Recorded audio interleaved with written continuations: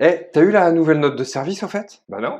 Elle disait quoi? Oh, rien de fou, c'était juste la prochaine date du séminaire annuel. Super, on va encore s'emmerder pendant 2 jours. Tu me diras, heureusement qu'on a l'apéro à volonté, ça va passer plus vite. Ils ont prévu de faire parler qui cette année au fait, tu sais? André.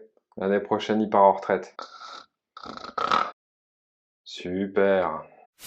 Salut les audacieux et bienvenue dans cette nouvelle vidéo. Si ce n'est pas déjà fait, je vous invite à vous abonner à la chaîne, à activer les notifications pour ne pas rater les prochaines sorties. Pourquoi votre organisation devrait faire appel à un conférencier? Alors, bien entendu, et qu'on se le dise, votre organisation n'est obligée de rien. Hein? Mais il serait peut-être temps de reconsidérer le positionnement de votre organisation sur le déroulé de ces événements et la façon d'utiliser le budget événementiel. Ne serait-ce que juste pour leur apporter un tout petit peu plus de valeur ajoutée et de gagner en efficacité. Vous faites toujours comme on fait tout le temps.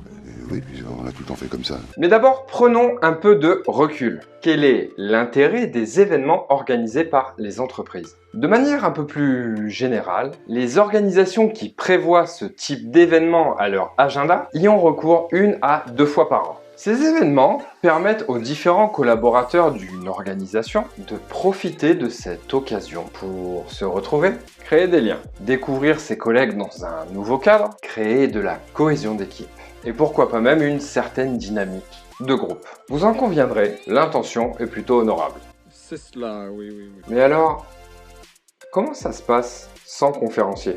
Ou conférencière, bien sûr. Eh bien, toujours, généralement, ces entreprises réservent un endroit magnifique comme un domaine, un grand hôtel ou encore une immense salle de spectacle. Durant les 24 à 48 heures que peuvent durer ces événements, les organisations font bien souvent intervenir différents visages de l'entreprise. On a bien souvent le PDG, le manager, un chargé d'événements ou de communication, une personne qui a été chargée d'étudier les statistiques et les résultats de l'année. Bref, que des gens qui vous font passer un bon moment. Ils font donc intervenir ces personnes pour vous donner des chiffres, vous encourager, Y'a un gagnant, Serge. Je l'ai toujours dit. vous féliciter et enfin vous parler du futur de l'organisation. Et ensuite,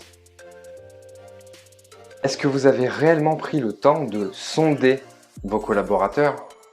Je vous parle pas d'envoyer un mail, je vous parle d'aller à la rencontre de vos collaborateurs, de vos cadres, de vos managers pour savoir réellement ce qu'ils en pensent, comment ils vivent chacun de ces événements. Parce qu'il n'est vraiment pas rare d'entendre des propos comme ça aura au moins le mérite de nous faire passer 2 jours. Eh Pat, t'as prévu de dormir sur place cette année? Bah ouais, c'est quand même vachement plus sympa pour picoler quand même.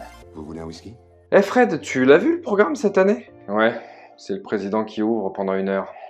Alors maintenant, évidemment, vous allez pouvoir me le demander. Que viendrait faire un conférencier professionnel dans tout ça? Eh bien, comme évoqué au début de la vidéo, c'est l'occasion d'apporter une réelle plus-value à votre événement. D'ailleurs, en description de la vidéo, vous trouverez le lien d'une vidéo intitulée « Comment bien choisir son conférencier » dans laquelle je vous fais une parenthèse sur ce qu'est réellement un conférencier professionnel. Il faut se rendre compte qu'avec toute la bonne volonté du monde, vos collaborateurs n'apporteront jamais la même attention à un collègue qu'ils voient tous les jours plutôt qu'à un intervenant qui viendrait de l'extérieur. Il est également important de vous préciser qu'il est littéralement impossible de mesurer avec précision l'impact d'un conférencier sur votre organisation. Ne vous en déplaise. Là aussi, en description, vous trouverez le lien d'une vidéo que j'ai tournée sur le sujet. Tous les ROI du monde n'y changeront rien ou n'importe quel autre outil. À une époque où tout doit tout simplement être mesurable, palpable, concret, c'est quand même ballot. Et ça pour la simple et bonne raison qu'un conférencier professionnel agit justement sur des facteurs non mesurables, non palpables et encore moins concrets. Vous savez, ces facteurs comme le présentéisme.